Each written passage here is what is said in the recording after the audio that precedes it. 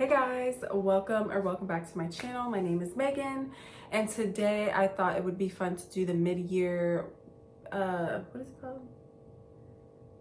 The mid-year book tag. I can't believe we're already almost done with half of the year. I mean, basically we're done with half the year.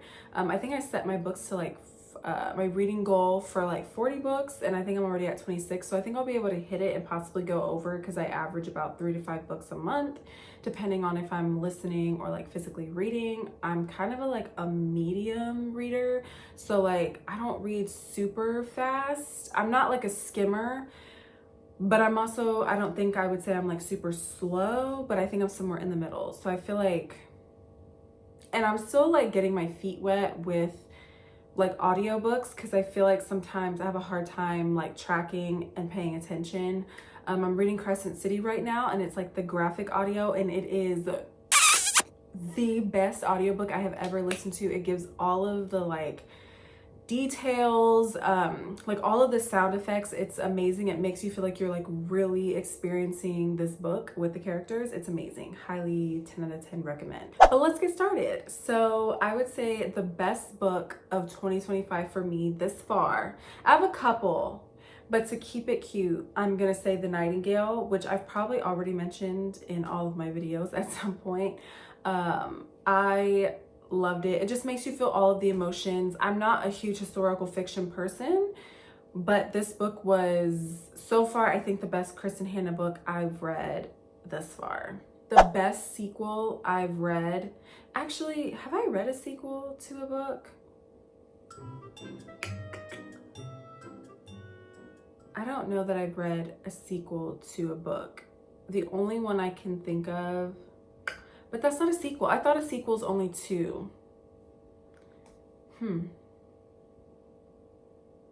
Okay, so I don't think I have a book for this, because sequels, like, I think that means it's only 2 books in a series, and I want to say like 2 Twisted Crowns, but I read that last year, so I feel like it doesn't count.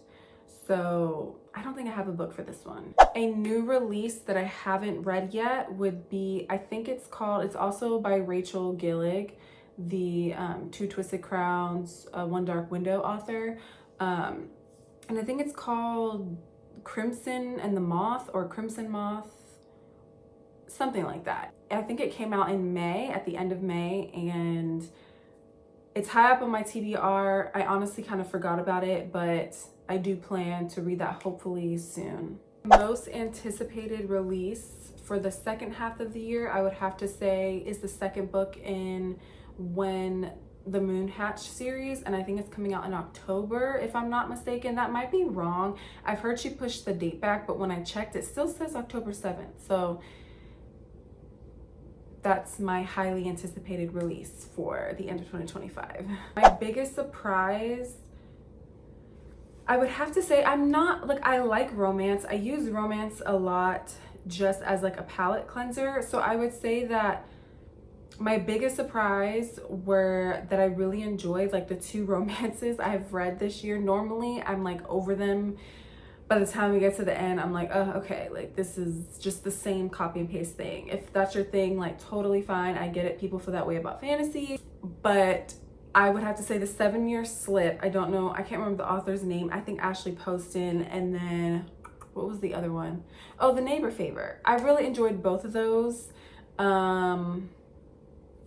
I was surprised, because it's not my genre, and usually I slip those books in there when I am just like needing something different, something quick, easy, and light, especially coming off of like the heavy fantasy. But I really enjoy these books, like really enjoyed them. Also, I forgot to mention Hunger Games. Like, I could not tell you what the movies were about. Like, I think they came out in like 2015, that era, that time, and I cannot tell you what happened in those movies if you paid me. Don't remember. So I was like, you know what, let me read the books, because I think the 4th or 5th book came out in March, and so I finally read Hunger Games, and I absolutely loved it. Devoured it in a couple days. Would have been sooner, but you know, have a day job. So yeah, this, I was very pleasantly surprised, and I'm really looking forward to reading. I think the second one is like Catching Fire. Fave author, I think, I feel like there's so many good books. It's like, how do you just pick one author?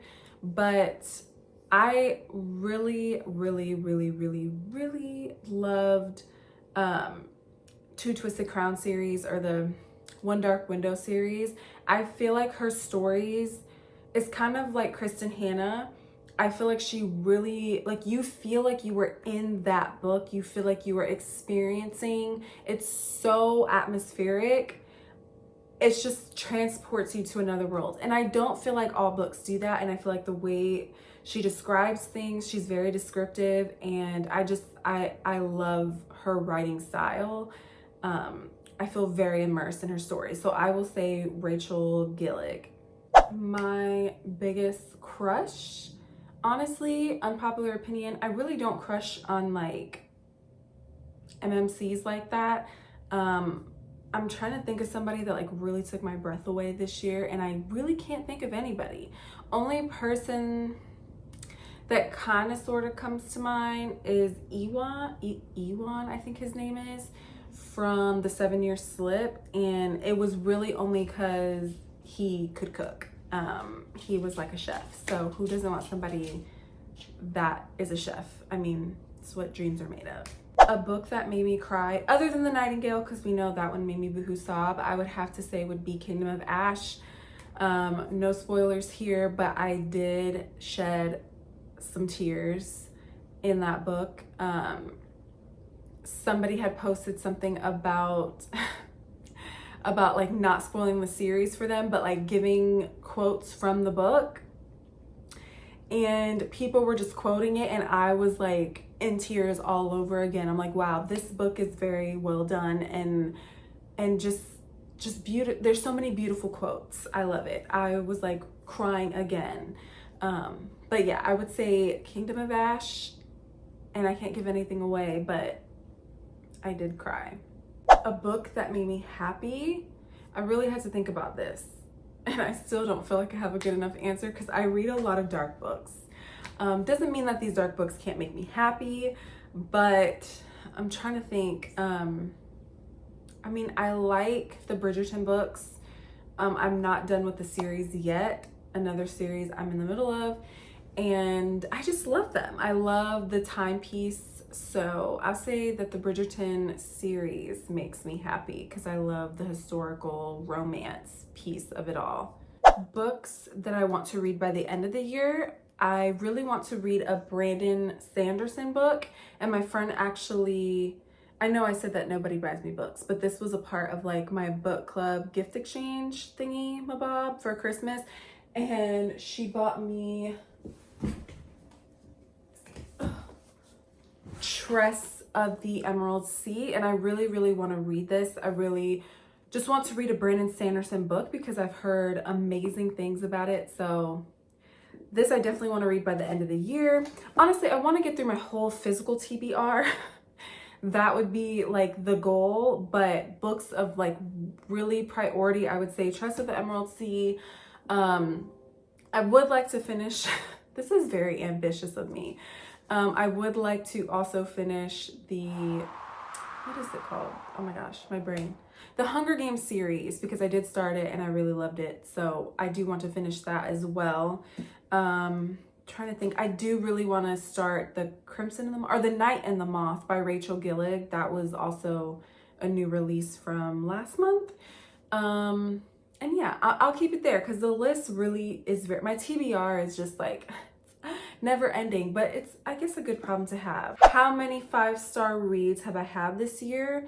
Honestly, I think I've only had like 4 5-star reads, and I think it was The Nightingale, Queen of Shadows, Empire of Storms, and I rated Kingdom of Ash technically like a 4.75, and that was only because Miss Mass didn't give me the ending that I wanted for a particular couple, but I digress. and I still loved it. So I'm gonna count it in still my 5 stars because she was pretty close. So not very many 5-star reads this year. I think I gave Hunger Games like a 4.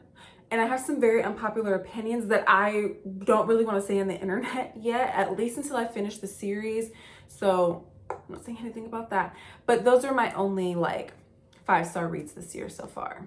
What books do I want to reread this year? Honestly, right now,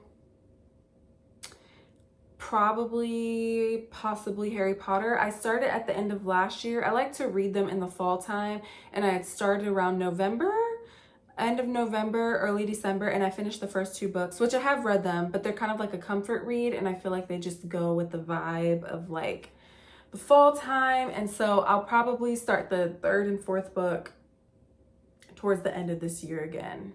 A book that I enjoyed that got mixed reviews this year, I would have to say, would be The 7-Year Slip. I feel like you either loved it or you were just like, eh. So I really enjoyed it. It was funny, cute, light. He was a chef, if I didn't already mention that. It was just so cute. I loved it. It was very whimsical, gave me very 2000s rom-com vibes, and I loved it. My predictions for 5-star reads for the rest of the year. Honestly, I'm not that in the loop of all that's coming. I usually don't find out about releases till like after they've already come out. But because I'm very like well aware of the 2nd book and When the Moon Hatched, I would have to say that I am anticipating the 2nd book in the series to be a 5-star read for me. This was also very controversial, but I read it last year, so it's not, you know, on this list. But the 2nd book in When the Moon Hatched, I would have to say, is one that I'm anticipating being a 5-star read for me.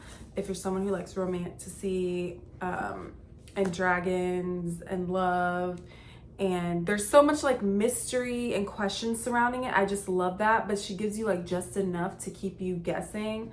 I think a lot of people got overwhelmed with like the glossary in the beginning, but I honestly feel like you can kind of skip that. But I'm predicting that the 2nd book, I think it's like The Ballad of the Falling Dragons or something like that.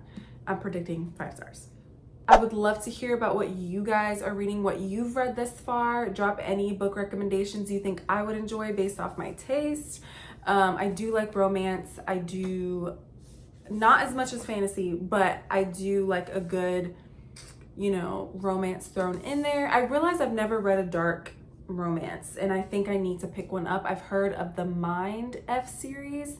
That's also a series I want to read by the end of this year, but I think it came out last year, but I'm rambling. Let me know what you guys are reading, what you've enjoyed so far in 2025, how many books you've read this year, what are your reading goals if you have any. And thank you guys so much for watching, and I hope to see you in my next video. Bye.